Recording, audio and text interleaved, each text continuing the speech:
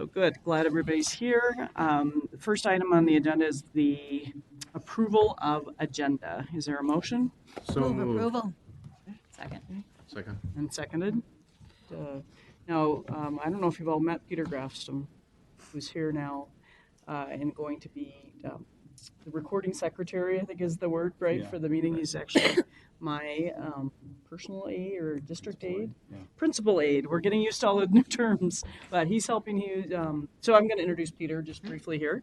So Peter worked at the legislature. I knew him when I was a member of the legislature, and he's a great asset in terms of setting up meetings and also having a lot of connections. And so I welcome you today, and glad you're going to be at the dais, and I hope the members will get to know him. So with that, did you catch who the motion? Yes. And the second? Commerce. Okay. And I won't ask again, but it's not always easy, right? Because people are saying it very quickly. Okay, so is there any discussion about approval of the agenda? All those in favor? Aye. Okay. The motion is adopted. Approval of minutes. The next order of business is approval of minutes from our January 23rd meeting. Is there a motion and second? I'll move the minutes. Second. Second. Okay, there's a motion and second. Any discussion? All those in favor say aye. Aye. Hearing ayes I'm all. gonna abstain from that since I was not. Okay, we have one abstention, and the rest are ayes, so the motion is adopted. Next will be the public invitation to speak, and I wanted to remind the members, as you know, we have another nominating committee tonight. We've had them the last two nights, and tonight is Minneapolis, and so we're trying to make sure we end hopefully a little before 5 at the latest. So we have one person that has signed up for public comment, and so I'd invite him to come forward. You have 3 minutes, and these are comments which are matters that are not on the agenda. And so it's Greg Struve. Correct. Welcome to the Metropolitan Council. If you could state your name for the record. Thank you. My name is Greg Struve. I'm here to speak on the Riverview Corridor LPA. I'm aware that this Met Council will consider adopting it into their 2040 transportation policy plan. I believe in current form that this could be a mistake. As a lifelong resident of St. Paul and a registered civil engineer, I am familiar with all modes of transportation and related studies. I am one of a group of people that has been following the study over the last 3 years or more. I have been under the impression that Met Council is a regional planning organization and its mission is to foster efficient and economic growth for a prosperous region. I also understand that since before 2000, the Riverview Corridor is a vital link in a statewide regional transportation network, a third link in a transportation triangle connecting 3 major transit hubs, St. Paul Union Depot, Target Field, and the International Airport. Union Depot has been designated a major Midwest transportation hub, eventually serving up to 30 cities as part of a passenger rail center. This requires fast, reasonable transit to the International Airport from the Union Depot. This LPA falls well short of this requirement. The proposed streetcar winding its way around 5th, 6th, and 7th Street through traffic congestion, weather delays, which we all know are current, pedestrians, crosswalks, snowbanks. I guess I could go on, but you kind of get the picture of putting a rail streetcar in with cars and everything else. Bottom line, the streetcar design estimates 44 minutes on a good day to the airport from the Union Depot. Today, the 54 bus will get you there in 31 minutes. So it'll actually take longer to get to the airport. The Riverview Corridor LPA is a culmination of a many-year effort that lost sight of its original goals and ignored or discarded many of the opportunities along the way, including the idle or unused rail right-of-way between the Union Depot and the Ford plant, serving the redeveloped Ford plant site, therefore reducing or eliminating neighborhood concerns, considering a new bridge and transitway across the Mississippi through unused areas between the Ford plant and the Blue Line at the VA hospital. Reducing future congestion, also reducing future congestion in downtown St. Paul by not adding an additional mode of transportation with controls and signage to the current car, bus, and pedestrian traffic that's already there. As an engineer, a citizen of St. Paul, and a supporter of regional improvements, I am for the benefits of all. I am horrified to see a potential $2 million on a 19th century trolley street system that does not operate as well as the existing bus system. I appreciate your time today. Thank you. Thank you. The next order of business is the consent agenda. Can I have a motion and a second to approve the consent agenda? Move approval of the consent agenda. Support. Get the second. Okay, thank you. Is there any discussion? Okay. Seeing none, all those in favor? Aye. Okay. Any opposed? Okay. The consent agenda passes. Thank you. Next, we have the reports of standing committees. First is community development. So, Councilmember Commerce. Thank you, Madam Chair. There are two items from the Community Development Committee to report to the council, and they each have somewhat involved background that I'd like to share with your permission. And first of all, I'd like to just say thanks to Councilmember Mont for chairing the committee's meeting in our last scheduled meeting. The first item is 2019-21. It's the City of Eden Prairie's Notreman Residential Development Comprehensive Plan Amendment and Petersen Residential Development Comprehensive Plan Amendment. And Madam Chair, these items are the action is to amend the city's comprehensive plan, which each of these areas. The areas being re-guided are located on either side of Spring Road north of Flying Cloud Drive, adjacent to the Minnesota Valley National Wildlife Refuge. On the west side of Spring Road, the Notreman Residential Development Amendment re-guides 8.3 acres from rural to low-density residential and incorporates the area into the wastewater sewer service area, the MUSA. On the east side of Spring Road, the Petersen Residential Development Amendment re-guides 7.5 acres from park open space to low-density residential and incorporates this area into the wastewater sewer service area. Furthermore, the amendment incorporates 4.7 acres currently guided as low-density residential into the wastewater sewer service area. There is no development proposal currently for either location. The city denied concurrent requests to change the rural zoning classification on both sites until such time that a development plan and sufficient site information are submitted to the city to determine consistency with their comprehensive plan. Staff have found that the proposed amendment conforms to regional system plans and is also inconsistent with natural resources policies in Thrive MSP 2040, but consistent with other policies. Staff find that the sites contain severe building limitations due to steep slopes, with highly erodible soils present. These conditions are not conducive for urbanization. Development of these properties right adjacent to the Minnesota Valley Wildlife Refuge would be inconsistent with the Council's natural resources policy in Thrive. There is not a development proposal at this time. City staff have shared that the city prioritizes the preservation of bluffs, shoreland, and floodplains, and that the city has tools to ensure the preservation of these features while balancing development interest.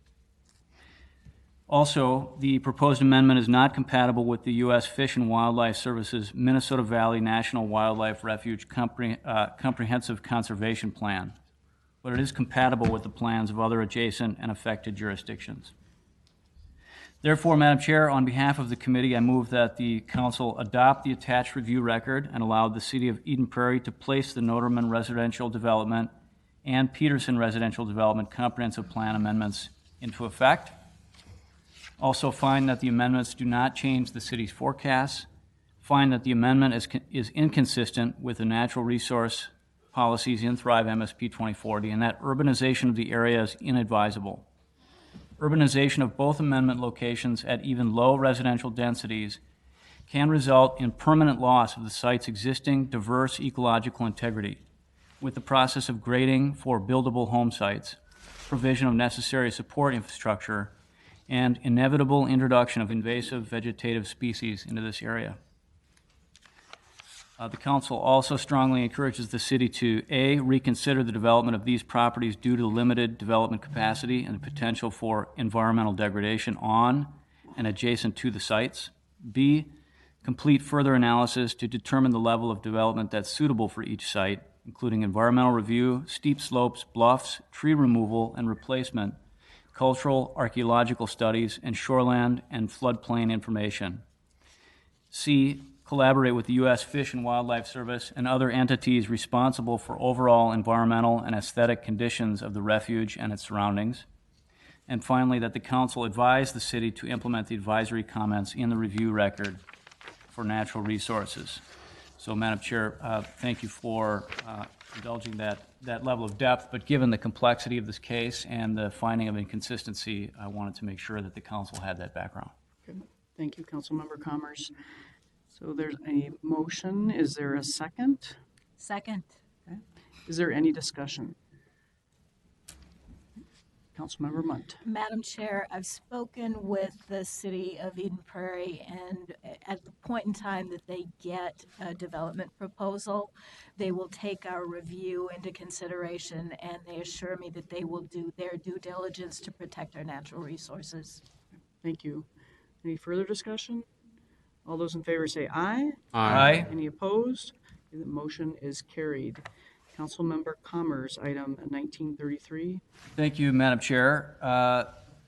This action is to approve the 2019 Annual Livable Communities Fund Distribution Plan and direct staff to include an increase in the authorized budget in an upcoming council budget amendment to fully fund the proposed fund distribution plan. The committee provided input to council staff over time on content of the fund distribution plan at its December 17th meeting and our January 22nd meeting before approving the proposed action at the recent February 4th meeting. Several communities and metro cities also provided input on the draft plan. The plan includes the funding amounts, schedules, and scoring criteria for the 3 accounts in the Livable Communities Act Fund for 2019. This plan makes available $7.5 million for the regular Livable Communities Demonstration Account, or LCDA, $5 million in the Livable Communities Demonstration Account TOD category, $5.9 million in the regular Tax-Based Revitalization Account category, $1 million in the Tax-Based Revitalization Account Seeding Equitable Economic Development, or SEED category, and $2.5 million in the Local Housing Incentives Account for a total of $21.4 million. These amounts represent a continued effort to supplement the base funding for the Local Housing Incentives Account with the fund balance, and also consolidation of the Tax-Based Revitalization Account TOD category into the regular TBRA category, with $900,000 more funding available. In addition, the Local Housing Incentives Account funding will be available for applications for low-income housing tax credit funding made through sub-allocators like Washington County, as well as those made through Minnesota Housing. So, Madam Chair, on behalf of the committee, I move that the council approve the 2019 Annual Livable Communities Fund Distribution Plan and direct staff to include an increase in the authorized budget in an upcoming council budget amendment to fully fund the proposed fund distribution plan. Thank you, Councilmember Commerce. There's a motion. Is there a second? I'll second. Is there any discussion? Councilmember Commerce. Thank you, Madam Chair. Before we vote, this is, I think, this will certainly be the last fund distribution plan that I'll be involved in moving forward. And I just want to say how much respect I have for this program. And when I speak to groups that periodically come from out of town and we get into a conversation about this group of programs, there's I think, deep envy on many faces. This is really quite a powerful program. It's a very productive program. It may not be the program that gets the most ink in terms of coverage of the council, but I think that is to the detriment of the region's understanding of how valuable these resources are. So I just want to say how much I've enjoyed working with not only the program, but also with the team that Paul Burns leads here for Livable Communities. And also, so just to say thank you to those folks who serve on the Livable Communities Advisory Committee, as well as a lot of time involved in ranking these projects and thinking about how best to implement the direction that we provide. So I wanted to offer those comments. Thank you. Good comments, Councilmember Commerce. I know when I was a mayor, these are very important funds, and they really can help communities build housing and be able to do projects. So thank you for the comments. Madam Chair. Councilmember Since Dorfman. I served on the first Livable Community Advisory Group, when we were getting plenty of ink back then. And so it's actually nice that now it's just lots of really great projects going up around the region. Many new, really innovative TOD projects and a lot of affordable housing and really creating great sort of new urbanist communities all over the Twin Cities. And I think there's a remarkable record of LCDA that this council and prior councils and the future council will be really proud of. Great, good comments. Well, thank you. Councilmember Munt. Madam Chair, for folks who track things by the numbers, Livable Communities was created in 1995. We have awarded $374 million in grants, and that's produced 27,000 units of affordable housing. And when you talk to cities and you talk to developers, Livable Communities is the difference between affordability being part of a project or not. So that's really significant, and when you're trying to defend the work of the council, those numbers really make a difference. Good point, and very true. All right, thank you. Next, we'll have the Environment Committee, and I just wanted to, You didn't vote. oh, we have to vote, so. Discussion has ended. All those in favor, say aye. Aye. Opposed? Okay, good. Motion carried. Thank you. Now we'll have the Environment Report, and I just want to make a comment about this, that a note here for council members and the public. The February 12th Environment Committee was canceled due to bad weather. We've had quite a bit of that lately. So the following item that would have been heard at the committee is going to be heard by the full council. Councilmember Rummel. Thank you, Madam Chair. Taking the words out of my mouth. Due to inclement weather on Tuesday, the Environment Committee meeting was canceled. Therefore, at this meeting, we are presenting business item 2019-41, same week, for consideration and approval. The item deals with the acquisition of the Rogers Wastewater Treatment Facility. We've asked Janine Clancy, Assistant General Manager of Technical Services, to present the details for your consideration. Okay, thank you. Thank you, Madam Chair, members of the council. Tonight we are asking the council to take action on an item that frankly represents decades of work with the City of Rogers and the Metropolitan Council and our predecessor agencies. This is an indication of our work to plan for growth in the northwest area of Hennepin County. This slide identifies a couple of key points. First of all, Minnesota Statutes 473.511 authorizes the council to acquire interceptors and treatment plants which are necessary to implement the council's plan for collection, treatment, and disposal of wastewater in the metropolitan area. This same statutory authority facilitated the acquisition of 35 wastewater treatment plants in the late 1960s and early 1970s. And as the council knows, we consolidated these 35 plants into 8 wastewater treatment plants that we own and operate today. The last wastewater treatment plant was acquired by the council in 1975 from the city of Waconia. So we haven't been in the practice of doing this recently. The plan also to provide service to Rogers and the surrounding area was noted in the council's 2030 and 2040 water resources policy plan, as well as the wastewater system plan. And the city of Rogers has operated their wastewater treatment facility since 1960. In their 2030 comprehensive plan, the city noted that planned growth would utilize the remaining reserve capacity of this wastewater treatment plant, and they anticipated making a request to the council for acquisition. And on October of 2018, the Rogers City Council officially adopted a resolution requesting the acquisition. In the 2040 Water Resources Policy Plan, it indicates that the council may acquire wastewater treatment plants from suburban communities outside the current service area based upon request through the comprehensive plan sewer process after soliciting customer input and conducting a public hearing on the request. So a little bit about the Rogers Treatment Plant acquisition. First of all, on the left side of the screen, there's a map of the location of the Rogers Wastewater Treatment Facility, which is just north of I-94 on South Diamond Lake Road. And we've also noted on the map the proposed location of the future Crow River Treatment Plant. The new plant will be built on property acquired by the council in 2016. It's about 100 acres of property located south of I-94 at the intersection of Territorial Road and 141st Street. The area that's shaded in the purple that's pretty hard to see right there, I apologize for that, is the Crow River Wastewater Treatment Service area. This new plant will eventually serve Rogers, portions of Corcoran, and portions of Dayton. So on the right side, it indicates our business objectives of optimizing the use of existing wastewater infrastructure as we will utilize the Rogers facility and the Elm Creek interceptor, allowing us time for planning, design, and construction of the new Crow River plant.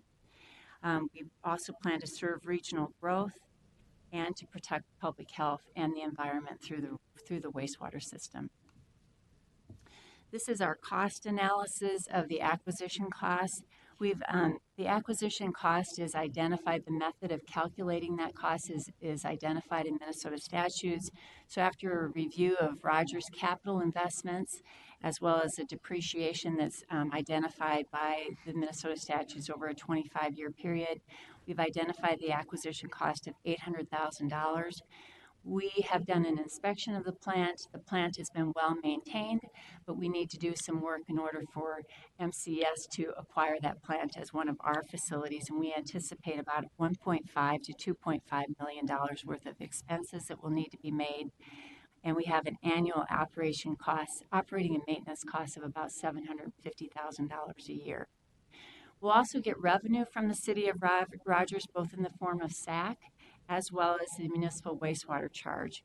Between those two revenue sources on an annual basis, we anticipate about $1.1 million. So you can see that the acquisition of the Rogers plant has really a negligible impact on SAC or the municipal wastewater charge. So here are our key milestones. We had a public hearing that the council authorized on January 14th. The public hearing was held at the League of Minnesota Cities, and Metro Cities helped us host that public hearing. Our public comment period closed on January 24th, and then we anticipate that if the council approves the item tonight, that we would execute an acquisition agreement with Rogers by June of 2019.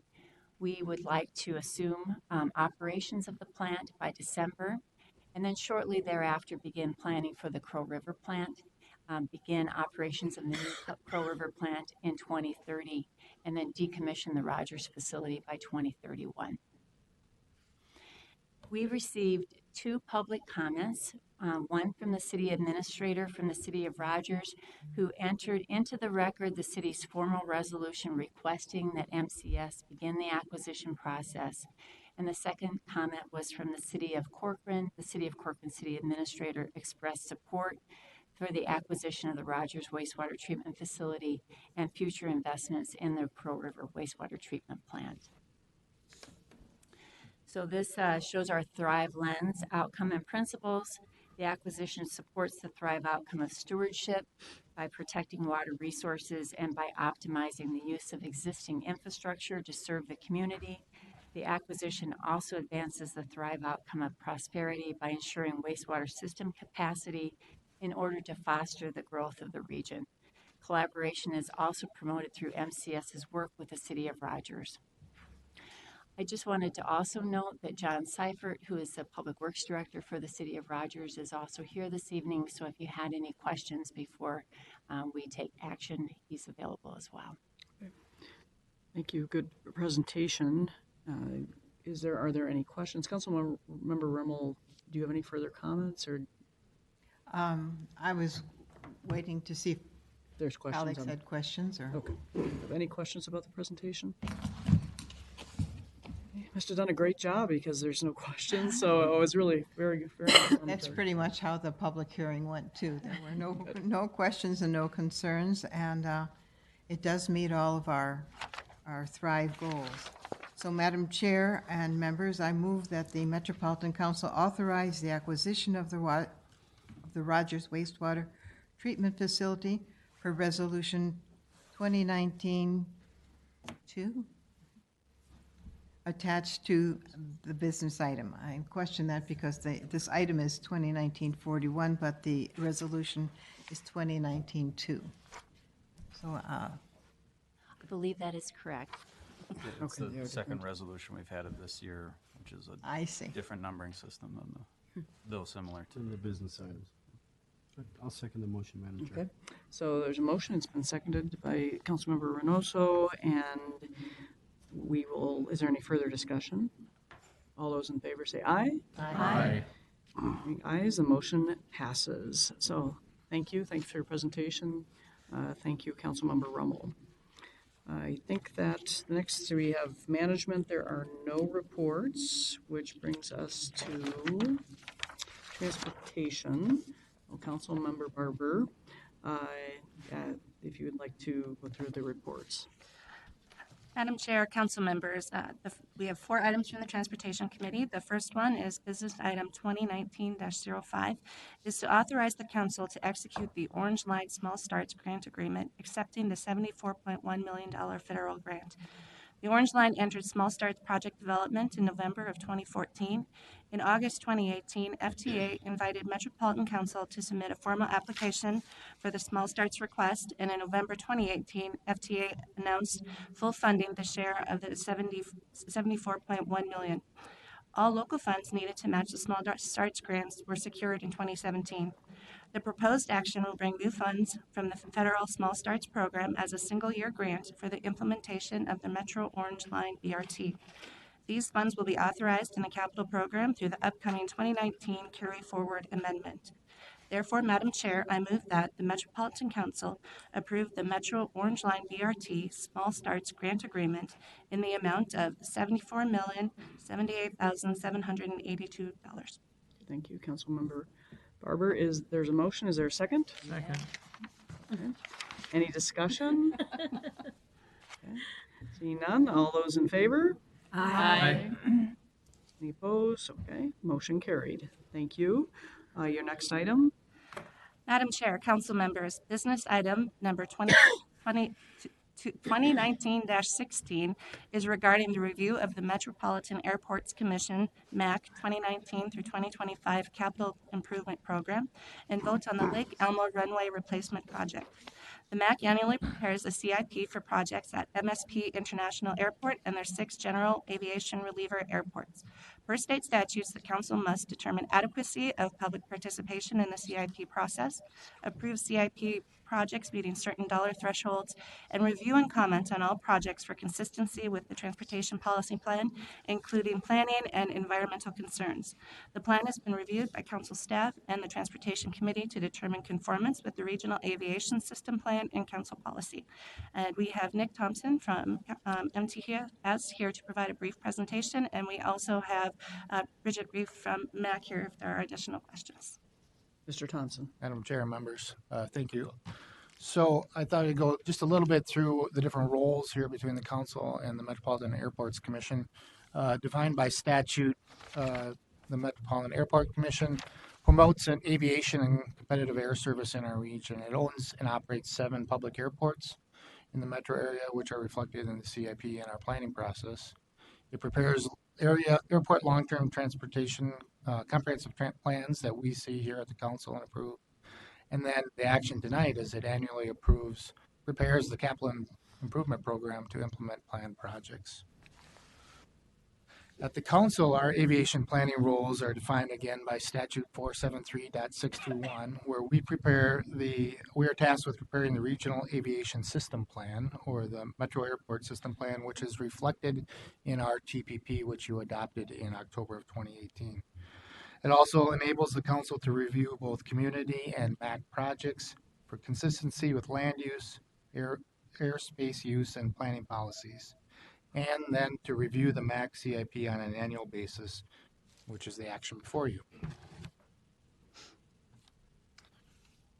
Our requirements are to review the public comment process in the CIP process and review all projects and approve certain projects that meet specific criteria, either criteria of cost and significance. In terms of significance, there are 6 criteria.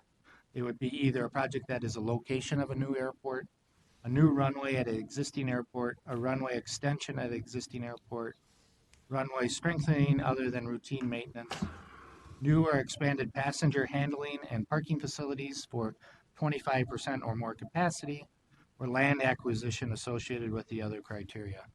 And it's the new runway at existing airport criteria, which is part of one of the projects you'll be approving tonight. So for 2019, the findings are that our staff findings are that they did follow the formal public participation process as they have for many years. This process included public hearings, public information workshops, sending out notices to affected communities, and taking any public input. We do an assessment of environmental effects, which we were reviewing the draft at this point and is near final. They identify the projects, all projects in the CIP for funding, and which are reviewed and included tonight. We review that the CIP is consistent with our 2040 TPP update. And then we have identified this year, for the first time in many years, that there is one project that requires the Met Council approval along with the CIP, and that is the Lake Elmo Airport runway relocation. So just a little brief about what this project is that you're approving as part of the action tonight is addition of a new runway. The existing airport is on the left, in the picture on the left. The new runway on the right is in red, so it's a new alignment. The existing runway will become a taxiway. Both the airport runway in the red and then the blue in the other diagonal are both being lengthened, and the red runway is, of course, a new runway. So the lengthening of that runway requires that the relocation of a township road, which is the on the bottom part of the right graphic showing the new alignment of that road that is proposed. So these changes to the runway are being made partly for safety reasons and also to comply with FAA regulations, and also the conditions of the existing runway necessitated this. This was reflected in the long-term comprehensive plan that this council has seen and approved before. And so as part of the CIP, and because it's that new runway, it requires that separate action tonight. So with that, Madam Chair and council members, I or Bridget will be able to answer any questions you have about the project or the CIP this year. Any questions on the presentation? If I could, Chair? Yeah. So this typically isn't my style to ask questions that I really don't have a real clear understanding, but I've been over the last couple of years, a number of very passionate and considerate citizens have spoke with me about this, and I'm just wondering if the MAC would allow me to ask a couple of questions, if I could. So I'm going to kind of give you the abbreviated East Side version of them, so that I'm not going to belabor the vote. And was that I've told the individuals I spoke with as recently as last week, this thing is going to pass, but they put so much work in it, and they still feel that there's some questions that they'd like answered, and they'd ask me if I'd bring them forward today, so hopefully you'll allow me to do that. Okay? So just kind of, so does the MAC have the authority to move city or township boundaries? And this is related to the moving of 30th Street. Madam Chair and council members, my name is Bridget Reif, Vice President for Planning and Development with the Metropolitan Airports Commission, for those of you who don't know me. The answer to the question is MAC is not proposing to modify the municipal boundary. MAC is proposing to realign an existing roadway that's on MAC property today, and the realignment would be on MAC property after the relocation. The question of the municipal boundary comes up between the two townships that border the roadway. If our view of it is if the two townships want to discuss making modifications to that boundary as it relates to how the road is maintained, that's between the two townships. MAC is not proposing to modify the boundary as part of our project. Thanks. Councilmember Melander, if you can go through the chair. Okay. Pardon me? Usually we go through the chair, so Okay, I can go through the chair. thank you. Okay. So Chair, through the chair. So there was this lawsuit with Rochester and Faribault about this inverse condemnation and, cost some folks a bunch of money. I mean, has the MAC had those conversations and talked about what that value might be placed on today's market? Ms. Rife? Madam Chair and council members, so the question of inverse condemnation comes up with regard to airport zoning as it relates to the Lake Elmo Airport. As the airport exists today, there is an overlay zone that Washington County has been showing for years. MAC has an ordinance that dates back to the 60s with regard to protection of the height of structures around the airport. Because we're proposing changes to the airfield and a new runway location, it brings up the question of renewing a zoning effort.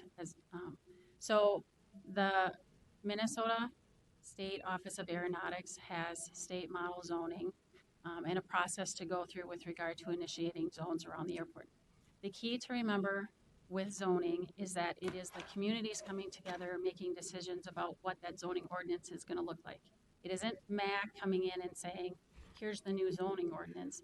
It's the communities coming together. So in our case with regard to Lake Elmo, the zoning board itself will be made up of 2 members from the city of Lake Elmo, 2 from Oak Park Heights, 2 from Baytown Township, 2 from West Lakeland Township, 2 members from MAC, and then a chairperson. And so it's an 11-member board that will actually be having discussions and making decisions about what a zoning ordinance would look like. So the question of inverse condemnation, it's so premature to even think about what that would mean or what the results of the zoning ordinance is going to be, because those kind of claims aren't going to come up until an ordinance is actually adopted by the communities that surround the airport. So I think in general, the answer is no, we're not trying to evaluate something because we wouldn't know what to evaluate. We can't sit here today and tell you what parcels are going to be zoned as what as a result of the zoning ordinance. Councilmember Melander? Right, and then finally, through the chair, so there's obviously been, and I will say that, I certainly appreciate all the meetings that MAC has had, and I know that they've had a ton of outreach, but, there still is some opposition to a couple of townships, and then there's some concern about the expansion in regards to the Lake Elmo issue, that they didn't want an expansion till 2025, and just kind of curious on your response on how you're addressing the opposition of the 2 townships and part of the issue with the expansion or the no expansion in the Lake Elmo comp plan. I think at least through 2025. That's through the chair. Ooh, thank you. Mr. Thompson? Madam Chair, council members, so looking at the comp plans that have been approved and submitted through the 3 communities that are affected by this, Lake Elmo have not submitted their comprehensive plan yet, but the staff and community development have been working with them. Their 2030 adopted plan does properly reflect this long-term plan for the Lake Elmo Airport. The West Lakeland Township comp plan has been submitted, 2040. It is incomplete at this point, but upon review, the part that's incomplete is not related to the airport. So that seems to be that comp plan for West Lakeland Township appears to be on track to properly reflect this change. And the Baytown Comprehensive Plan for 2040 has been submitted and approved by the council and does reflect these changes. So we believe that the new comp plans for all the affected communities are properly reflecting this long-term plan for the airport at this time, or will be. Great. Thank you. Councilmember Melander? The chair, thank you. Thank you. Councilmember Reynoso? Thank you. Thank you, Madam Chair. And Bridget, when this came to the Transportation Committee, I remembered it from the year before and some of the conversation that took place. But since that original hearing and now, first of all, I got to say that the public engagement has been phenomenal. But if you can just kind of lay out what has been done and what the MAC did in creating a panel specifically to get more public engagement from the community. I think it's something that everybody should know about. The public engagement has been superb. Ms. Rife? Madam Chair, members, thank you. starting with the comprehensive plan that we did hold 3 public informational meetings as part of that process, and actually made modifications to our proposed alternative as part of the comp plan, which initiated additional public outreach. And then that plan, of course, came to the body. As we got into the environmental review process, understanding where some of the community representatives were, we expanded our outreach as part of the environmental process. So not only did we hold an additional 3 public informational meetings and a public hearing, we also formed a community engagement panel. And that panel was made up of members from the community.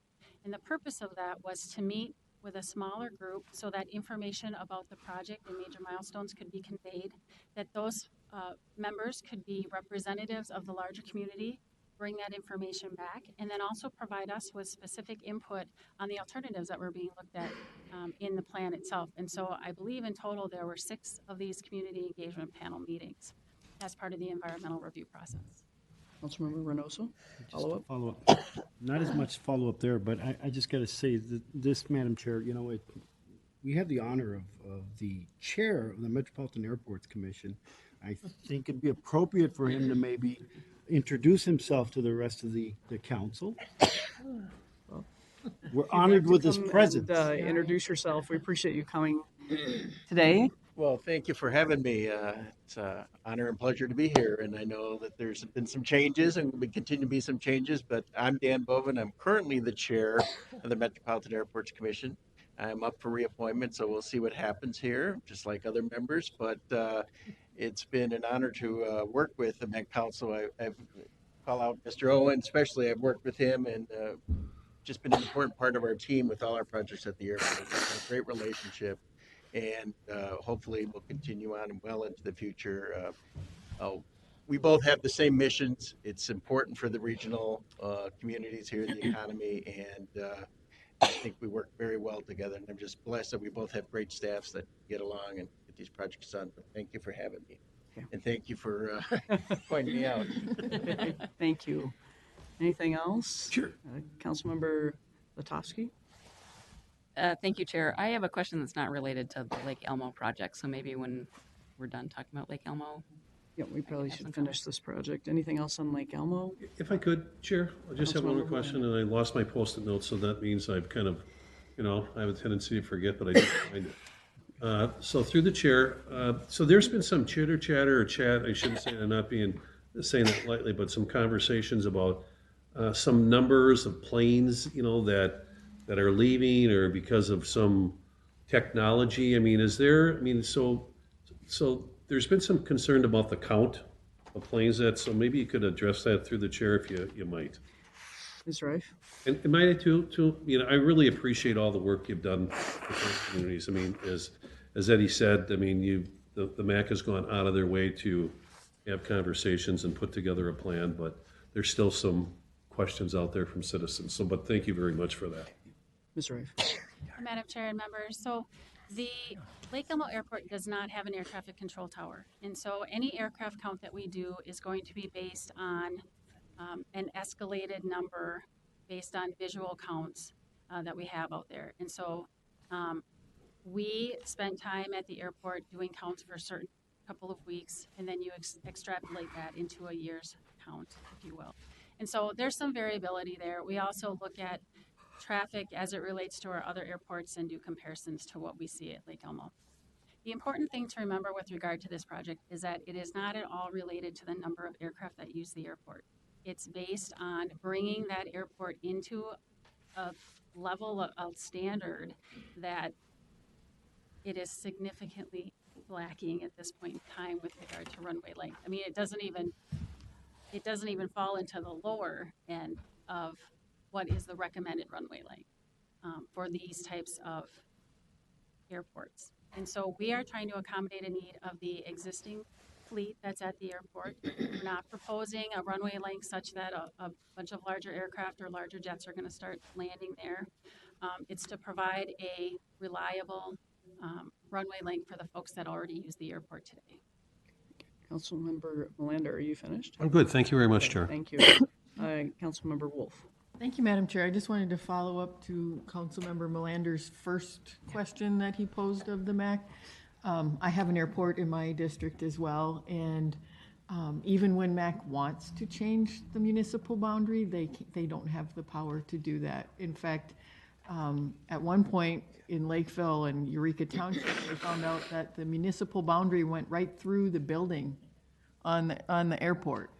And it took probably 10 years of discussion before we worked out an annexation agreement with Eureka and Lakeville to move that line so that it wasn't going through the middle of the building. So municipal boundaries really don't have an impact on what the airport is doing and are common to fall within airport property in different places.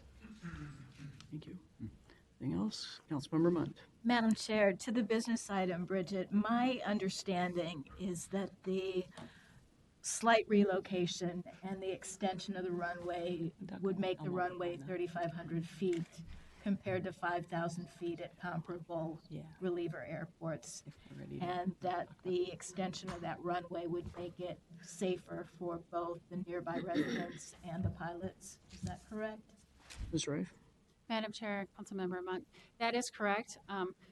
Our airports that have a 5,000-foot runway, for example, are of the Flying Cloud and Anoka caliber that clearly cater to a corporate clientele that Lake Elmo is not intended to have, does not currently have. And so we're really not looking to change the role of the airport by any means or even the use. It's intended to remain its residential, general aviation, some business use by smaller aircraft type of an airport.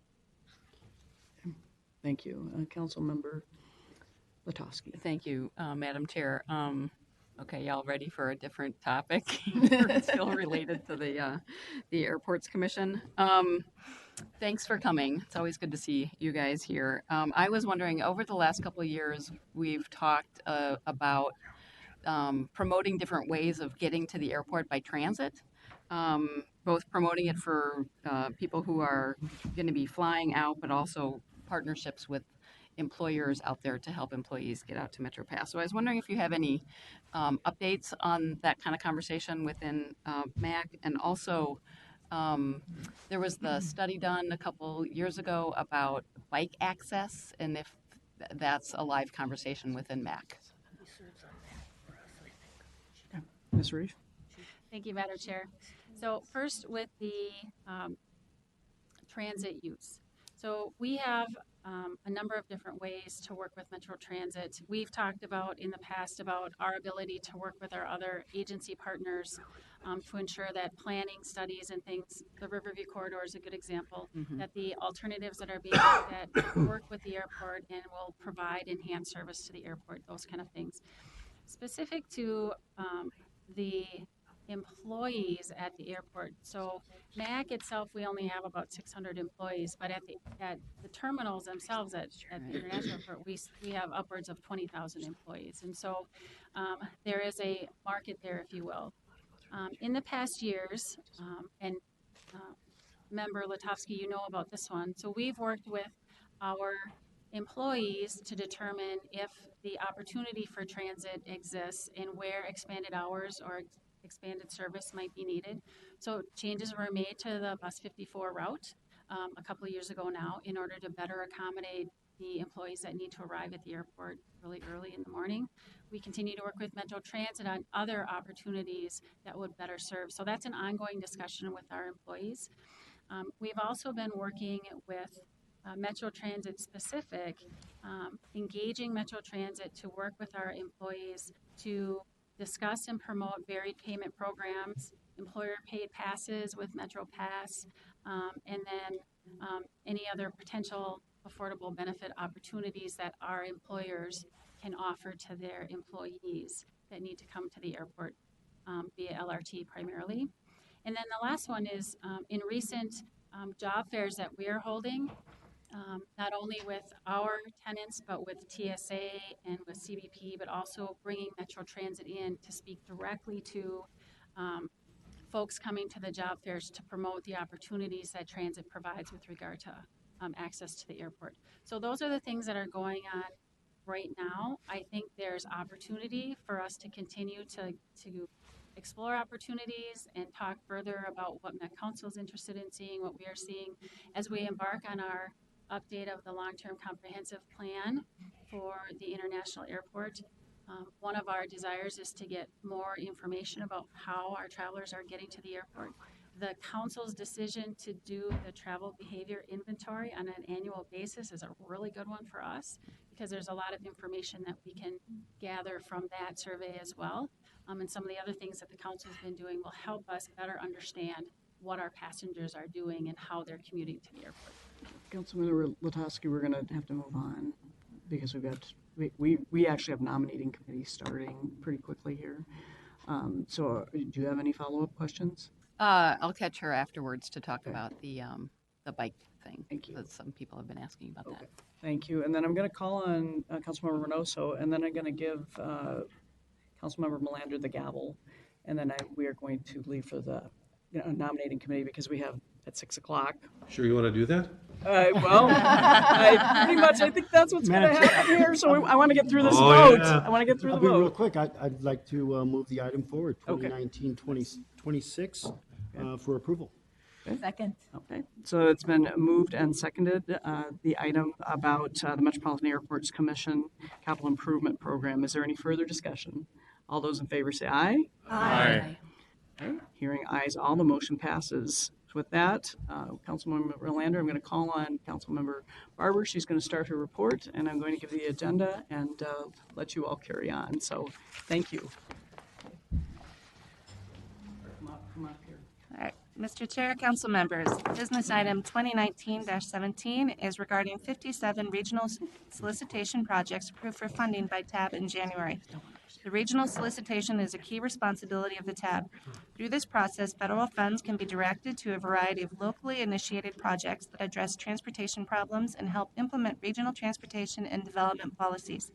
The regional solicitation is part of the Metropolitan Council's federally required continuing comprehensive and cooperative transportation planning process for the Twin Cities metropolitan area. At its January 16, 2019 meeting, TAB approved $200 million in federal funds for 57 projects. You'll find maps of precinct locations by district and one-page project descriptions of each project included in the business item. And we have Steve Petersen from MTHAS here to provide a brief presentation on the process and the projects. Okay, thank you, Mr. Chair, and Councilmember Barber for that introduction. So I want to give you a brief introduction. This is a 2-year process, so once every 2 years. This is perhaps the most important work that the Transportation Advisory Board does. Work on it for 2 years, like I said before, and when you get 34 members to agree on anything, you can see a round of applause took place after the decision was made here in January on the 57 projects. So I think people were excited that we could come together to reach a decision on that. Today, we're asking again, as Councilmember Barber alluded to, concurrence to enter these projects into the region's Transportation Improvement Program, the TIP. And wanted to give you a little background on the types of projects we've been funded. During the last presentation, we talked about the airport. Bridget had mentioned the travel behavior inventory. That was one of the projects funded by TAB through this, is one of the unique projects. The other one was the City of St. Paul's electric vehicle charging stations, which we do have a slide coming up on. And important to the council and to the Transportation Committee is how the project selection ties back to our regional policy. So even the measures we use to select projects and the criteria and the goals all can be tied back to the Thrive outcomes. And there's kind of that clear process and line back to our outcomes and goals that we have on a regional basis. So the scoring process for this is quite intense. We had over 60 volunteers from across the region, different technical experts to go through. We have 10 application categories. One of the hallmarks, I think, of the process is it's done in a very open and transparent fashion, and people can even have a chance to dispute their scores and hear that before the Tax Funding and Programming Committee. And so the 57 projects represent, less than 50% of what was applied for across the region. So it does cost quite a bit of money and time to make an application. So quite a few serious projects out there. The $200 million in total that we're talking about tonight, it will be matched about 1-for-1. So the total project cost of these new projects coming on board for the region is about $400 million. So a lot of projects, but the unmet need is also important too. We funded less than 50% of the projects, so there's a lot of projects out there that are ready to go once the funding is available to them.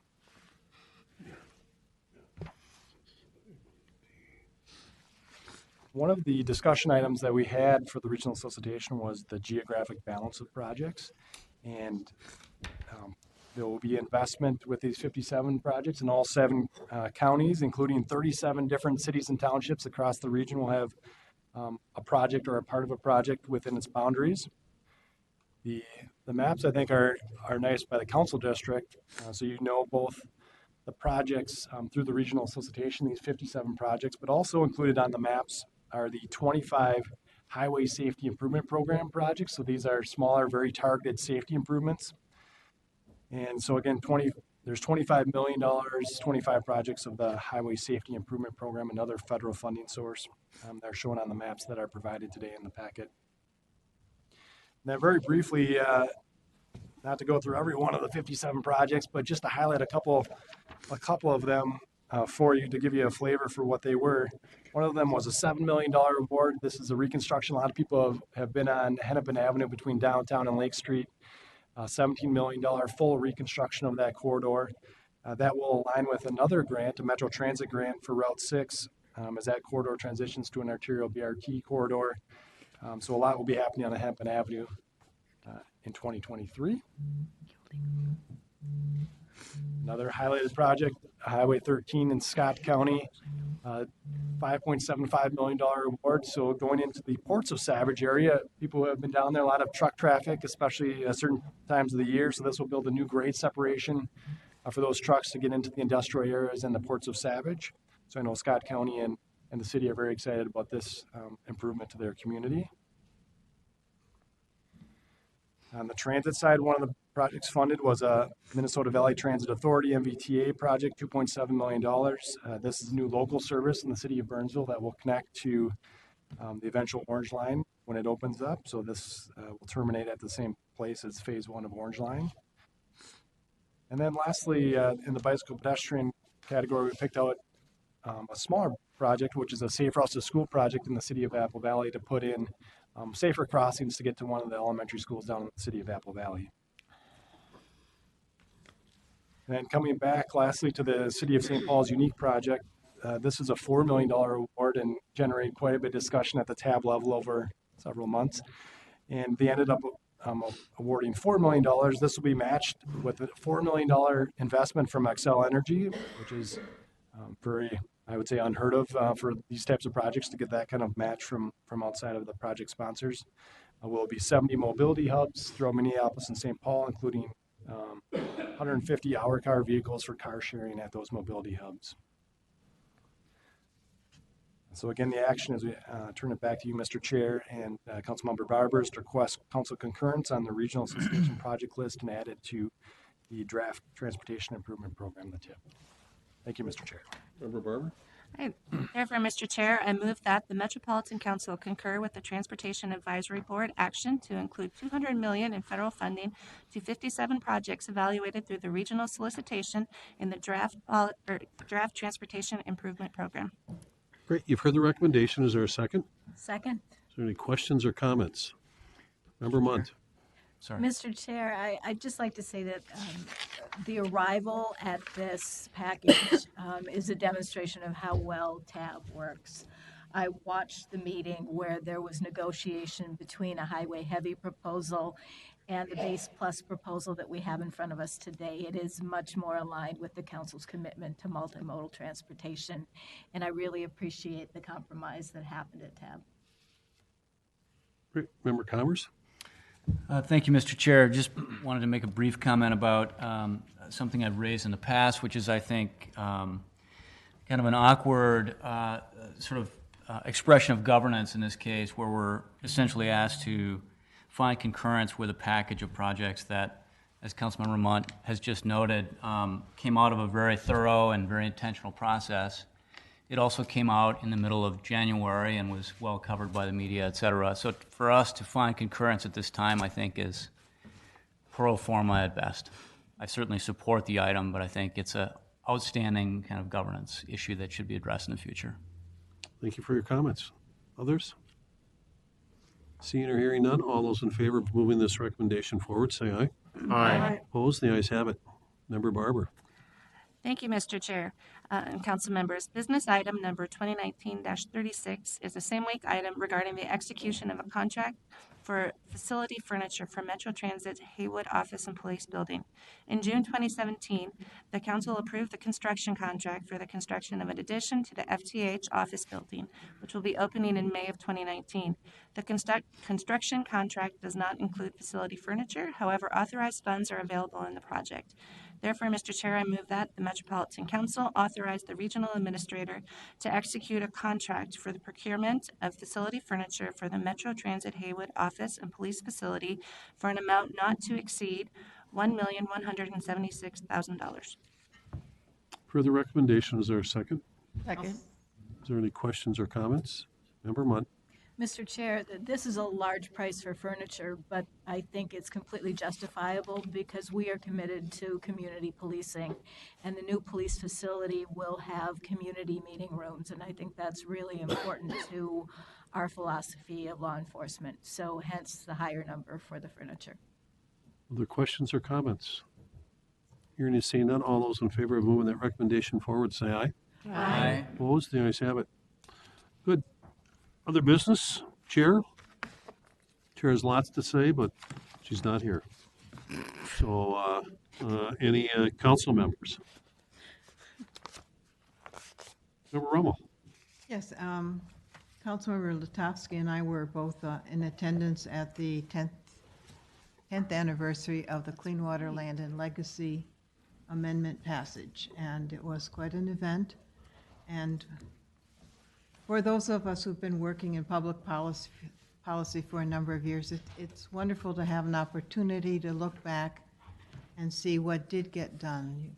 There's so much work going ahead that sometimes we forget that we sometimes get some good work done. So it was a great event. Great. Others? Member Latowski. Thank you, Chair Melander. I was able to And you don't do a have to go through presentation me with either. I was able to do a presentation with the League of Women Voters of Minneapolis in the middle of a snowstorm a couple weeks ago, and they are a hardy bunch. There were about 20 people in the crowd, even though things were being canceled all around us. They are kicking off a process to update their position on governance at the Met Council. So they wanted to kind of dig into the details. So that was quite fun. Should have them get a hold of Member of Commerce. Anything else? Other comments? Questions? Oh, Member Munt. I'm sorry. Mr. Chair, I had the opportunity to attend a housing forum in Eden Prairie, and we saw the human face of the housing crisis. There are 4,000 rental units in Eden Prairie, and those that are affordable are at risk of being flipped. They're aging, they're being purchased, they're being demolished, the tenants are being evicted. And, you know, we talked to mostly single moms who are paying $775 a month rent today, and their only housing choice, once they're evicted in June, will be $1,400 a month rent. So there are a lot of people feeling a lot of anxiety over their inability to find rental housing that's affordable. Great. Thank you. Any other comments from any members? Member Reynoso. Thank you, Mr. Chair. You can call me that too. Called you much worse. So, myself, Chair Slawick, and Councilmember Munt a few weeks ago took a tour of our train system at night and to see the homelessness. I got to tell you, I was stunned. If you could get the opportunity to go out there and see how bad our homelessness is right now, it's through the roof. And I can't help but, I quite frankly, when I got home that night, honestly had a little bit of a hard time sleeping in my bed because I thought about all the people that are homeless, freezing, cold, without food, and trying to find shelter. And it's an epidemic right now. It is through the roof. And it really brought home to me that we need to do better as society and as a community to do something to address the homelessness in this community. So I know it was a stunning realization of how bad our homelessness is in our region.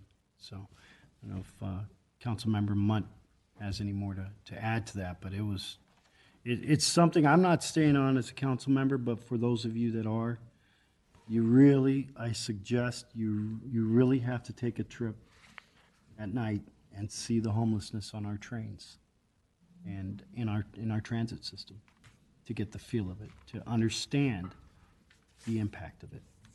So.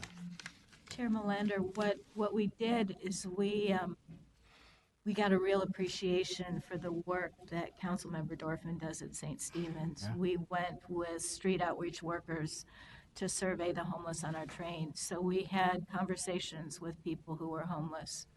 I met a mom who was pregnant and homeless with schizophrenia.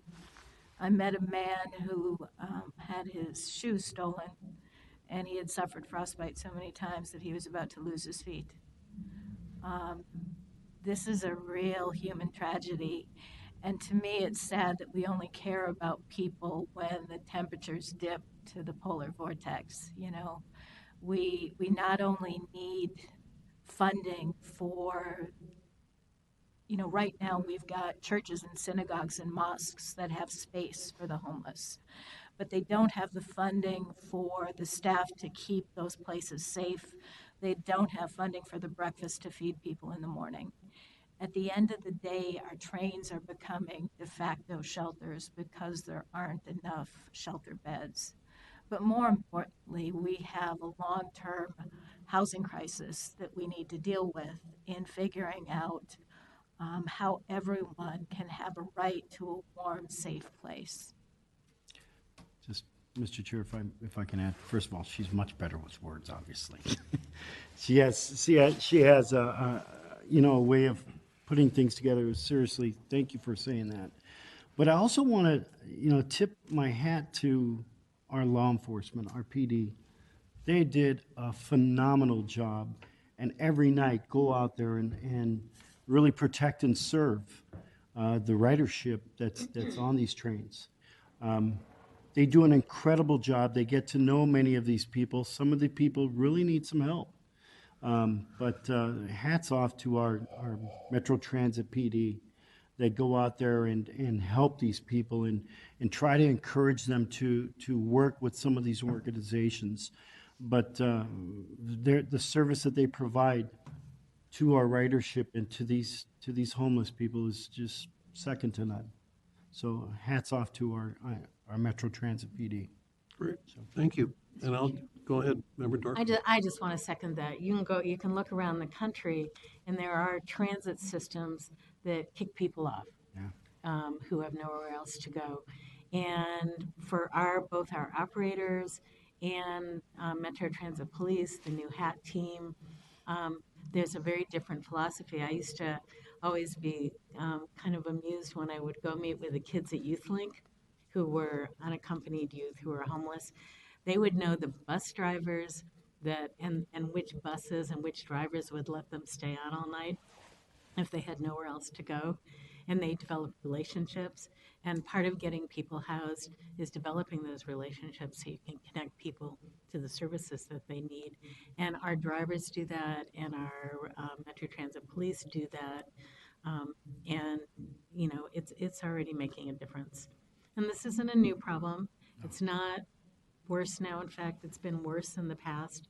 And all of our communities, really, but particularly Minneapolis and St. Paul and Hennepin and Ramsey County, Dakota as well, have really been stepping up to try to address homelessness and look at what do we need in terms of shelter. But really, Councilmember Mont is right. It's all about affordable housing. That's the solution long term. Great, thank you. And a warm bed and a dry pair of socks may not be important to a lot of people, but to some it's could be life or death. But really, remember Dorfman, all of the good work that you've done over the years, and I know you're moving on, but thank you, and also for our agencies and everybody else that during these times, and as member once said, we shouldn't just do it in the cold of winter, but commend the agency and everyone for trying to do their best to make people stay warm. So thank you. Anything else? Regional Administrator. We'd like a really thorough, what has it been like for the last 13 days? They've been amazing. Actually, I know a number of you need to get over to Minneapolis for interviews tonight with the nominating committee, so I'll keep it brief. Two just housekeeping items. The nominating committee wraps up tonight. We expect, if they are in agreement, that they will publish their 3 finalists for each district on Friday. The governor had asked for that by Monday, but Monday is a holiday, and if they're in agreement, why not Friday? And then finally, the governor's budget is expected to come out Tuesday midday. We'll get you the information on our portion of the budget as fast as we're authorized to send it out. And so look for that in your inboxes, and please call anytime with questions. Great. General Counsel? Nothing, thank you. Good. If that, adjournment's in order. Good. Thank you.